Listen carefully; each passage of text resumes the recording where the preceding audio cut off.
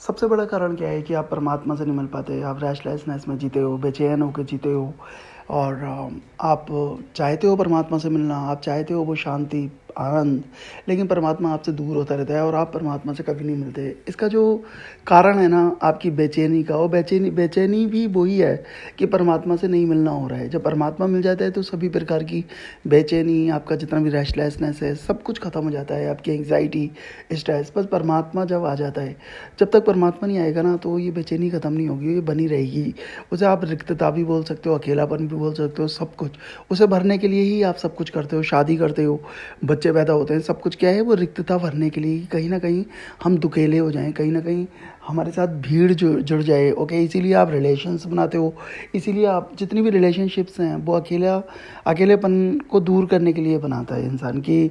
Relation में आ जाएगा तो वो सुखी हो जाएगा, स्ट्रेस बढ़ता चला जाता है और वो मकड़ी का जाल बुनता रहता है, मकड़ी हो जाता है पूरा। ठीक है, फिर वो निकलना असंभव है, वो वहीं चलेगा लेकिन वो जाला बुनेगा। वो इतने जाले बुन देता है इंसान, इतने जाले बुन देता है, फिर उनसे निकलना नामुमकिन हो जाता है, वो उसी में फंस के रह जाता है। तो परमात्मा क्यों नहीं मिल पाता, और परमात्मा को कैसे प्राप्त करें, उस शांति को कैसे अनुभव करें। देखिए, आपको मालूम होगा ना, हम कभी भी बड़ी बड़ी चट्टानों से टकरा के नहीं गिरते, बड़े बड़े पत्थरों से। आपने कभी देखा, कभी किसी पहाड़ से टकरा के आप गिरे? नहीं गिरे। कभी भी पहाड़ से आप टकरा ही नहीं सकते, बड़ी बड़ी चीज़ों से नहीं। बल्कि किससे हम गिरते हैं? ठोकर खाते हैं, छोटी छोटी चीज़ों से ठोकर खाते हैं जब हमारा ध्यान नहीं होता। छोटा सा पत्थर होगा और छोटा सा कोई छोटा सा पत्थर या कोई भी चीज़ हो सकती है, उससे हम टकरा के गिरते हैं। छोटी छोटी चीज़ों से गिरते हैं, ठोकर खा के गिरते हैं, लेकिन अब बड़ी चीज़ें हमें नहीं गिराती। इसी प्रकार से परमात्मा का जो रास्ता है ना, तो हम बड़ी बड़ी चीज़ें फॉलो कर लेते हैं, हम छोटी छोटी चीज़ों पे ध्यान नहीं देते, और हम गिर किससे रहे? छोटी छोटी चीज़ों पे। तो हम ना एकदम से, जैसे आपको किसी ने बोल दिया कि परमात्मा ऐसे मिलेगा, आपको व्रत रहने हैं, फास्टिंग करनी है, उपवास रहने हैं, आप 1 महीने का उपवास रहो, आप 10 डेज़ का उपवास रहो, मतलब व्रत रहो, और आपको परमात्मा मिल जाएगा। तो क्या होता है कि ये तो बड़ी चीज़ हो गई ना। एकदम से आप अभी अन्न खा रहे थे, अभी आपने अन्न छोड़ दिया, तो आपका स्ट्रगल शुरू हो गया, लेकिन परमात्मा तो भी नहीं मिल पाता आपको। आप बड़ी बड़ी चीज़ें पकड़ लेते हो। ओके, फिर आप कोई ऐसा मतलब अनुष्ठान कर लोगे जो बहुत टफ होगा, लेकिन वो अहंकार को पुष्ट करता रहता है कि यार, मैंने इतना बड़ा अनुष्ठान किया, मैंने इतना बड़ा हवन कराया, इतना बड़ा कीर्तन कराया, मैंने कराया, और आप फिर वहीं पे आ जाते हो जहाँ से चलते हो। कोई भी आपका जितना भी ये स्पिरिचुअल रिचुअल है, जितना भी आध्यात्मिक की लाइन में आप कुछ भी कराते हो, तो आप अगले दिन आप वहीं आ जाते हो जहाँ से चले थे, और थके हारे से हो जाते हो। इसका कारण यही है कि आप बड़ी बड़ी चीज़ों को फॉलो कर रहे हो, छोटी छोटी चीज़ों को फॉलो नहीं कर रहे, और छोटे छोटे कंकड़ पत्थर ही हमें गिराते हैं, उठने नहीं देते। तो आपको छोटी छोटी चीज़ों पे ध्यान देना। आप छोटी छोटी चीज़ें क्या है, बहुत ही सिंपल है। परमात्मा कहीं बाहर नहीं है, परमात्मा किसी रिचुअल में नहीं बंधा हुआ है कि मैं व्रत करूँगा तो परमात्मा मुझे प्राप्त हो जाएगा। हाँ, व्रत करना शुद्धि के लिए बहुत अच्छा है, लेकिन परमात्मा की प्राप्ति हो जाएगी व्रत से, तो ऐसा नहीं है। ओके, कि शांति, आपको शांति मिल जाएगी, ऐसा भी नहीं है। शांति कैसे मिल जाएगी व्रत रह के? और देखिए, आप जब व्रत रहते हो तो आपका पूरा फोकस खाने पे ही रहता है। ओके, आपका पूरा ध्यान खाने पे ही रहता है। आपने देखा होगा, जब आपको भूख लगती है, आप अपना माइंड डाइवर्ट करते हैं, तो आपके जो विचार है ना, वो सब खाने वाले ही आते रहते हैं। कोई खाना खाता हुआ देख लो किसी को, कुछ अच्छी सी चीज़ें खाता हुआ देख लो, तो भी आपको परेशानी सी होने लगती है, होएगी।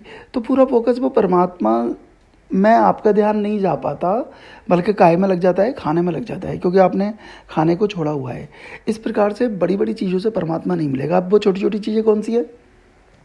वो छोटी छोटी चीज़ें, सबसे पहले आपकी शुरुआत कैसे होती है? सांसों से। हाँ, सांस, आपके ब्रीदिंग। ओके, आपका जो ब्रीथ प्रोसेस है, सांसें, उस पर आपका कोई ध्यान ही नहीं है, जो परमात्मा की दी हुई सबसे बहुमूल्य चीज़ है। क्योंकि जब तक सांस है तभी तक तो हम जिंदा हैं। आप देखो, सांस मतलब, कहते हैं ना, जब परमात्मा आपके, जब तक परमात्मा अंदर है ना, तब तक आप जीवित हैं।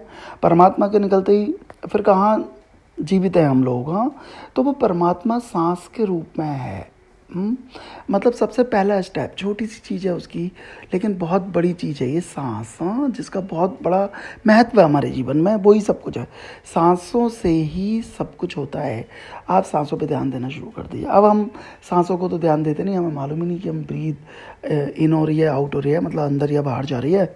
और हम करने लगते हैं रिचुअल्स, बड़े बड़े हवन करने लगते हैं, बड़े बड़े मंत्रों का उच्चारण करने लगते हैं, पंडितों को भी बुला लेते हैं, सारे काम करते हैं, लेकिन हम स्वयं की सांसों के प्रति नहीं होते जागरूक। और यही कारण है कि हम परमात्मा से भी दूर हो जाते हैं, स्वयं से भी दूर हो जाते हैं, और हमें चारों तरफ से बीमारियां घेर लेती हैं। जिसने अपनी सांसों पे ध्यान दिया तो उसका प्राण लेवल भी बढ़ जाएगा, जो प्राण ऊर्जा है वो बढ़ जाएगी। मतलब सांस पे अगर ध्यान दोगे तो आपकी 90% डिसीजेस, 90% आपकी जो वो है बीमारियां हैं वो आपको नहीं टच करेंगी। जितनी भी बीमारियां पैदा होती हैं वो सांस पे ध्यान ना देने से होती हैं। तो सबसे पहले आपका स्ट्रेस लेवल भी मेंटेन हो जाएगा, और आप पहले अपनी शारीरिक कमजोरियों से भी बाहर आ जाएंगे अगर आप सांसों पे ध्यान देंगे। तो पहला स्टेप है, लेकिन बहुत छोटा सा स्टेप है, कि अपने सांसों पे ध्यान देना है। अब आप कहोगे कि सांसों पे कैसे ध्यान दें, ध्यान तो एकदम से भागता है, ध्यान तो इतनी गति से भाग रहा है। अभी यहाँ पर है, अभी अमेरिका चला जाएगा, अभी जर्मन चला जाएगा, तो आपका जो ध्यान है वो कहीं भी चला जाता है, फोकस स्वयं पे आता ही नहीं। सांस आप देखो, आप सिर्फ ये प्रतिज्ञा करो कि आज मैं 5 मिनट्स अपनी आती जाती सांसों को देखूंगा एक जगह बैठ के। आप देख ही नहीं पाओगे 5 मिनट्स, जबकि ज़्यादा नहीं होते, कितने कम होते हैं। आप 2 मिनट्स भी नहीं बैठ पाएंगे, मतलब बैठे रहेंगे आप, लेकिन आपका ध्यान आपकी सांसों से हट ही जाएगा। और हम जानते सोचते हैं कि ये बड़ी छोटी सी प्रैक्टिस है, लेकिन ये प्रैक्टिस तो छोटी है, लेकिन इतने आसानी से सदने वाली नहीं है। इसे ही तो साधना बोलते हैं, यही तो मेडिटेशन है, सांसों पे ध्यान देना।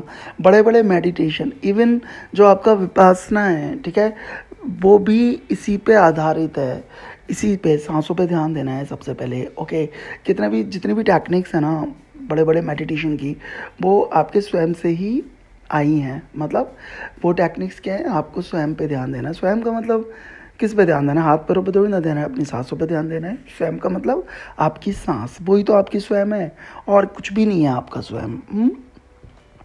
तो आपको आती जाती सांसों पे ध्यान देना है। अब आप जैसे इसकी प्रैक्टिस है, अब आप ऐसा तो है नहीं कि आपने सोच लिया कि 5 मिनट बैठना है तो आप सांसों पे ध्यान देंगे। आपका माइंड भागेगा, कभी कहीं चला जाएगा, कभी किसी फ्रेंड के पास, कभी किसी रिलेटिव के पास, कभी पास्ट में तो बहुत भागेगा। ओके, मैं बता रहा हूँ अभी से कॉन्सिक्वेंसेस क्या होते हैं, फिर वो फ्यूचर में भागेगा। ओके, मतलब आपका जो दिमाग है ना वो भागेगा, क्योंकि ना दिमाग कभी भी आपको ठीक जगह पे आने ही नहीं देगा। मतलब आपको स्वस्थ नहीं होने देगा दिमाग आपको भगाया जाएगा। थॉट, मन, ओके, ये सब एक ही है सब। ओके, ये आपको भगाया चला जाएगा, क्योंकि वो नहीं चाहेगा कि आप स्वस्थ हो। अब स्वस्थता का मतलब क्या है, स्व से बने। स्व का मतलब सेल्फ, मतलब स्वयं में स्थित होना। एक तरीके से जो स्वयं में स्थित हो जाएगा वो स्वस्थ है। स्वस्थता की और कोई डेफिनेशन मेरे अकॉर्डिंग हो ही नहीं सकती। जो स्वयं में स्थिर है वो ही स्वस्थ है, ठीक है ना, स्वस्थ। ओके, तो आपको स्वयं में स्थिर होना है, लेकिन मन नहीं चाहेगा कि आप सब बीमारियों से दूर हो जाओ, आप परम आनंद को उपलब्ध हो जाओ, आप परमात्मा को उपलब्ध हो जाओ। ये भूत है, ये मन। ओके, तो ये भगाएगा। आप भी टाइट होकर नहीं बैठना है, ये भगाएगा भागना। ऑलराइट, आप भागना, जितना भी मन आपको भगाता है आप भागना। आप कभी भी इससे फाइट मत करने लगना कि तू भाग के दिखा, मैं अभी होल्ड करता हूँ या करती हूँ। ओके, नहीं, आपको कहना है तू भाग, मैं फिर वापस ले आऊँगा। ओके, मैं अपनी एनर्जी को फिर वापस ले आऊँगा। जैसे ही मन जाता है आपको, आप थोड़ी देर आप मन में रहे, लेकिन आपने देखा कि यार मैं तो सांसों पे ध्यान दे रहा था, कहाँ पहुँच गया मैं, फिर आप वापस हो जाओ। आपको अपनी एनर्जी को बैक करना है, तो इसी तरीके से आपकी जो एनर्जी है वो गेट बैक हो जाएगी, आपकी एनर्जी आपके पास वापस आ जाएगी। थोड़ी सी प्रैक्टिस करनी है, कुछ दिन अगर आप प्रैक्टिस करेंगे सांसों की, कि ठीक है सांसें जा रही हैं, मतलब सांसों की आप प्रैक्टिस कर रहे हैं, आपका मन भाग रहा है, आप ध्यान ही नहीं रहता उस समय में, आपको इतना भी ध्यान नहीं रहेगा कि आप कहाँ पहुँच गए। आप बैठे हुए हो, 1 मिनट में ही मन कितनी बार भागेगा, तो भागने देना, फिर आप वापस ले आना। जैसे ही आपका ध्यान आ जाए कि मैं तो प्रैक्टिस कर रहा हूँ, मैं तो साधना कर रहा हूँ, तो आप अपनी एनर्जी को वापस ले आना, अपने माइंड को, अपना कंसंट्रेशन को, अपने फोकस को वापस अपने अंदर ले आना। भागेगा वापस ले आओ, भागेगा वापस ले आओ, ठीक है। ओके, ये आपको क्या करना है, ये ड्रिफ्ट अवे होगा, you have to drift back. Okay, you have to get your energy back, your focus back. Okay, आपको वापस लेकर आना है। तो ये सबसे बड़ी साधना है। और ये ज़्यादा नहीं, आपको थोड़ी सी प्रैक्टिस करनी है। आपको 1 मंथ भी लग सकता है कि आप अपनी सांसों के प्रति अवेयर हो जाएं। अगर आप 24 घंटे में, अगर आपने देखा टोटल आप 1 आवर भी अगर अपनी सांसों के प्रति अवेयर हो गए ना, 1 आवर ओनली 24 घंटे में, ओके, तो आप देखेंगे कि आपका जो मेडिटेशन है वो स्वयं ही होने लगा। आपके अंदर इतना चमत्कारिक रूप से आपको परिणाम दिखने लगेंगे कि आप मतलब ना सरप्राइज करेंगे कि यार ये क्या हो रहा है मेरे साथ। मतलब इतना माइंड रिलैक्स, मतलब एक अलग तरीके की आपको दृष्टि मिल जाएगी, दिव्य दृष्टि जिसे कहते हैं। ओके, सिर्फ छोटे से प्रयोग से। तो आपको एकदम से बड़े प्रयोगों में नहीं भागना है, बड़ी। और ये जो हम कहते हैं ना कि हम अन्न छोड़ देते हैं, ठीक है, हम 1 महीने तक अन्न नहीं खाएंगे, या हम कोई भी अनुष्ठान, तो ये सब क्या है, जो आपका जो ईगो होता है ना, ego is a very subtle. अभी एक जना मेरे से बोल रहा था कि मेरे अंदर ईगो ख़त्म हो गया आचार्य जी, ईगो बिल्कुल ख़त्म हो गया ऋषभ, मतलब जो मेरे अंदर अहंकार था बिल्कुल नहीं रहा। तो मैंने कहा ये तुम बोल रहे हो मेरे अंदर अहंकार नहीं रहा, ये भी अहंकारिता है, ये भी अहंकार की निशानी है कि तुम बोल रहे हो कि मेरे अंदर अहंकार नहीं रहा, नहीं तो बोलने की ज़रूरत ही नहीं पड़ती। इतना सूक्ष्म है अहंकार, इतना सूक्ष्म है कि आपको आपको ये पता ही नहीं लगने देगा कि आप अहंकार में जी रहे हो, क्योंकि 99% लोग यही सोचते हैं कि हम तो बिल्कुल अहंकार में नहीं है, हम तो डाउन टू अर्थ हैं। ओके, हम तो बिल्कुल हमारे अंदर अहंकार नहीं, हम किसी के घर जाते हैं नीचे बैठ के खाना खा सकते हैं, जबकि हम अमीर हैं, हम ओके, हम कहीं भी कुछ भी कर सकते हैं। तो आपको नहीं दिखेगा वो अहंकार, वो सब अहंकार ही करा रहा है। ओके, तो ये जितनी भी चीज़ें हैं ना, बड़े रिचुअल्स जो आप करते हो, फास्टिंग, या एक पैर पे खड़े हो गए, या आप गर्मी में सूरज के आगे तप रहे हैं, साधना कर रहे हैं, तो ये सब क्या है, अहंकार, कि आई कैन डू, मैं कर सकता हूँ जो और लोग नहीं कर रहे, मैं टफ एक्सरसाइजेस कर सकता हूँ, मैं सर को नीचा पैरों को ऊपर खड़ा कर सकता हूँ, ठीक है, मतलब मैं उल्टा खड़ा हो सकता हूँ सर के बल, या कोई भी जितनी भी तपस्याएं हैं, देखो यहाँ पर भी जिन संतों ने तपस्याएं की हैं, वो जब वो निरअहंकारी हो गए ना, जब उनका पूरा ईगो गिर गया, ईगो लेस हो गए, तो वो तपस्या अपने आप होती रही, उन्हें कोई स्ट्रगल नहीं करना पड़ा। लेकिन आजकल क्या हो रहा है ना, वो स्ट्रगल करके तपस्या कर रहे हैं। जैसे आपको भूखा भी रहना पड़े, ओके, तो आप क्या करते हो, उसके लिए स्ट्रगल करते हो, मतलब संघर्ष, कन्फ्लिक्शन, ओके, कितनी मेहनत करनी पड़ती है। आप सोचते हो मेहनत से ही सब कुछ हो जाएगा, लेकिन मेहनत से कुछ नहीं होगा। इस लाइन में मेहनत बिल्कुल आपकी व्यर्थ चली जाएगी। आपको छोटी छोटी चीज़ों से स्टार्ट करना है। तो पहली चीज़ क्या हो गई, आपका सांसें हो गई, सांसों के प्रति आप अवेयर हो जाइए, ठीक है। और अवेयर होने का यही है कि आप जैसे इसकी सबसे बड़ी प्रैक्टिस मैंने पिछली वीडियो में भी बताई थी। आपको करना क्या है, आपको अपना जो भी आप काम कर रहे हो डे टू डे लाइफ के, जितने भी आपके एक्शंस हैं, जैसे आप अपने हस्बैंड से बात कर रहे हो या हस्बैंड आपसे बात कर रहे हैं, ठीक है, जब सबसे बड़ा जो कारण है ना हस्बैंड और वाइफ का फाइट का, लड़ाई का, वो यही है कि दो माइंड बात करते हैं। जब आप डाइनिंग टेबल पे बैठते हो या कहीं भी जाते हो, रेस्टोरेंट जाते हो खाना खाने या कुछ भी करने, तो आप क्या देखो, दो माइंड बात करते हैं। हस्बैंड भी पूरा अपने रिंकल्स ले आएगा माइंड पे, ऐसे माइंड से बात करेगा आपसे जैसे बस यहीं पे सारा इंटेलिजेंस और सारा का सारा ज्ञान झाड़ देना है। ओके, तो आप भी कम नहीं होते उस समय। आप भी अपने हस्बैंड से कैसे बात करते हो, माइंड से, मतलब माइंड की टेक्निक द्वारा। तो टेक्निकली बात चलती है। कभी आपने देखा कि आप जब डाइनिंग टेबल पर बैठते हो तो प्यार से बैठ जाओ, माइंड लेस हो जाओ, अपने हाथ से ही एक दूसरे को खाना खिला दो। अब ये कोई हस्बैंड वाइफ ही नहीं, माँ बेटा भी हो सकता है, सिस्टर ब्रदर भी हो सकता है, कोई भी है कि आप अपने हाथ से अपने हस्बैंड को या किसी को भी खाना खिला रहे हो, प्यार कर रहे हो, ऐसा नहीं है, माइंड। तो जब दो माइंड आपस में बात करेंगे तो टकराव होगी। यही कारण है कि तनाव बढ़ता चला जा रहा है हर फैमिली में, एक दूसरे से दूरियां बढ़ती चली जा रही हैं। तो लोग क्या करते हैं, अपने मोबाइल को प्रिय बना लेते हैं। वाइफ बैठी है लेकिन वो मोबाइल में लगे हुए हैं, या हस्बैंड बैठा है वो अपने मोबाइल में व्हाट्सएप पे या इंस्टाग्राम या व्हाटएवर जो भी है वो यूज़ कर रहे हैं। तो इससे क्या होता है, दूरियां बन जाती हैं, जो आपके स्ट्रेस का कारण हो जाता है। तो ये छोटी छोटी चीज़ें हैं जिसे आपको देखना है। लाइफ को जैसे हम कहते हैं ना कि मरने के बाद हमें स्वर्ग मिल जाएगा, अच्छे कर्म करो या गलत करेंगे तो हमें नरक मिलेगा। नहीं, ऐसा कुछ नहीं है। अभी उस दुनिया में आप एंटर हो ही नहीं सकते, उस दुनिया में एंटर हो ही नहीं सकते। आप बेहोशी में ही मर जाएंगे और बेहोशी में ही आपको तो कुछ मालूम ही नहीं पड़ेगा कि हो क्या रहा है। ये अवेयर नहीं थे आप। This is a long term practice. तो मेरा मतलब यही है कि आप जो भी कर रहे हैं, ठीक है ना, अवेयरनेस के साथ करें। ऑलराइट। और वो उसे कहते हैं हम प्रेम। तो अपने डिवाइसेस को साइड में रख के छोटी छोटी बातों पे आप फोकस करें। अगर आप हस्बैंड से बात कर रहे हो तो पूरी तरीके से हस्बैंड से बात करो। उस समय दिमाग में आपके कोई तीसरा होना ही नहीं चाहिए, दूसरा आई एम सॉरी होना ही नहीं चाहिए। ऑलराइट। कि हस्बैंड पे फुल फोकस डाल दो, फुल। ओके, अनडिवाइडेड अटेंशन जिसे बोलते हैं। बिल्कुल आपकी अटेंशन आपके हस्बैंड में होनी चाहिए, स्माइल के साथ जिससे आप बात कर रहे हैं। और हस्बैंड को भी जब आप वाइफ से बात करो तो पूरी एनर्जी, ओके, आपके दिमाग में कोई दूसरा होना ही नहीं चाहिए, उससे ही बात करो। और दिमाग से नहीं, दिल से बात करो, ठीक है। तो आपका स्ट्रेस लेवल भी कम हो जाएगा और ये ही आध्यात्मिकता है। अब जैसे जो शादीशुदा लोग हैं, अब उन्हें वो सोचें कि हम तो फंस गए, शादी कर ली, शादी करनी नहीं चाहिए थी, इतनी प्रॉब्लम्स आ रही हैं, परमात्मा तो दूर हो गया, परमात्मा को कैसे खोजेंगे।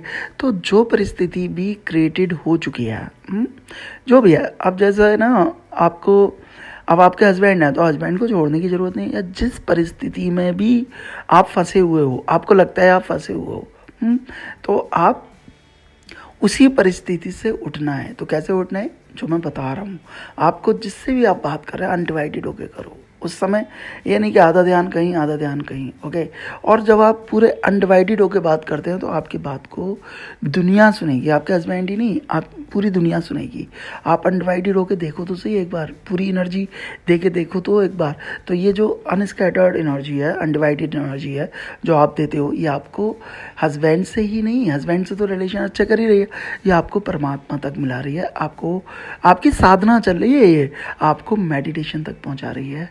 जो बड़ी बड़ी चीज़ें करके आपको परमात्मा नहीं मिल पाया, वो एक्सटेसी नहीं मिल पाई, वो आनंद का अनुभव आपको नहीं हो पाया, ओके, वो इन छोटे छोटे एक्शंस से हो जाएगा। तो हमें बड़े बड़े पहाड़ों से खतरा नहीं है, वो हमें कभी नहीं गिराते। हमें छोटी छोटी कंकड़ पत्थरों पे ध्यान देना है। हमें अपनी डे टू डे लाइफ के जो भी हम करते हैं, हमें छोटे छोटे एक्शंस पे फोकस करना है, उन पे उन्हें साधना है। फिर आप बड़े तक तो अपने आप ही हो जाओगे। और बड़ा छोटा कुछ नहीं है कि मैंने अगर 2 महीने खाना नहीं खाया, अन्न छोड़ दिया, ओके, तो मैं बड़ा हो गया या मैंने कोई बड़ा काम कर लिया। ये कोई जिमनास्ट थोड़ी ना है। ये कोई एक्सरसाइज ही थोड़ी ना हो रही है कि जिमिंग थोड़ी ना है कि आप जिम में जा रहे हो। मैंने इतना वेट उठा लिया, मैंने 100 kg का वेट उठा लिया, ओके, मैंने इतने घंटे एक्सरसाइज कर ली, मैं तुझसे ज़्यादा ताकतवर हो गया, मेरा बाइसेप या ट्राइसेप तेरे से ज़्यादा हो गया। ये कोई कंपटीशन नहीं है, ये कोई जिमिंग एक्सरसाइज नहीं है। ये तो बहुत ही सहजता से जीने का नाम है। मेडिटेशन या परमात्मा का मार्ग सहजता से जीना है, ओके। और एक्सेप्टेंस के साथ जीना है, स्वीकार करते हुए जीना है। छोटी छोटी चीज़ों को हम स्वीकार नहीं कर पाते और बड़ी बड़ी चीज़ों को हम बातें करते हैं कि पूरे संसार को बदल देंगे और संसार में बदलाव ला देंगे। तो संसार में बदलाव कोई ला ही नहीं सकता, आपको स्वयं में बदलाव लाना है। और ये प्रैक्टिस आपको पूरी तरीके से आध्यात्मिक बना देगी। और जिस परमात्मा को आप सोचते हो ना, जिसे आपने अभी देखा भी नहीं है, जिसकी एक झलक के लिए आप तरसते हैं, चाहे आप उसको किसी भी रूप में देख रहे हो, आप कृष्ण रूप में देख रहे हो, आप श्री राम रूप में देख रहे हो, आप कोई और धर्म के हैं, आप अल्लाह रूप में देख रहे हो, या जीसस क्राइस्ट, अगर आप क्रिश्चियन है, कोई भी जो आपसे बहुत दूर लग रहा है परमात्मा, तो परमात्मा आपके पास आ जाएगा। और इस बात को आप याद रखना, जब परमात्मा आपके पास आ जाएगा ना जिस दिन, उस दिन आपकी सारी बीमारियां अपने आप ही दूर हो जाएंगी। ये स्ट्रेस, ये एंग्जाइटी, ये बेचैनी, जितना भी आप जो भी जी रहे हो ना रेस्टलेसनेस में, ये सब अपने आप ही दूर हो जाएंगी, ओके। उसकी एक किरण भी आ जाएगी तो आप उस आनंद का अनुभव कर लोगे जिससे आप हमेशा वंचित तो रहते हो लेकिन सोचते उसी के बारे में हो। तो बस मेरा यही है कि मैंने जो आपको बताया है आप ये कीजिएगा, छोटी छोटी चीज़ों पे ध्यान देना है। जैसा मैंने बताया आपको सांसों के प्रति अवेयर होना है, आती आती सांसों को देखना है, बड़े बड़े चक्करों में नहीं पड़ना है कि मैं बड़ा काम करके परमात्मा को पालूंगा, ऐसा नहीं है। वो तो बहुत बारीकी से मिलेगा, सूक्ष्मता से मिलेगा, ठीक है। तो आप छोटी छोटी चीज़ों पे ध्यान देना शुरू कर दीजिए, सांसों पे ध्यान दीजिए, अनडिवाइडेड एनर्जी। ओके, अपने किसी रिलेटिव से बात कर रहे हो तो अनडिवाइडेड एनर्जी, ऑलराइट, पूरा फोकस वहीं डाल दो। ओके, तो ये आपका प्रेम बढ़ाएगा, प्यार नहीं प्रेम। हाँ, तो आपका प्रेम भी बढ़ जाएगा और आपकी सारी बीमारियां भी दूर हो जाएंगी और परमात्मा आपको मिल जाएगा। Thank you so much. Hare Krishna.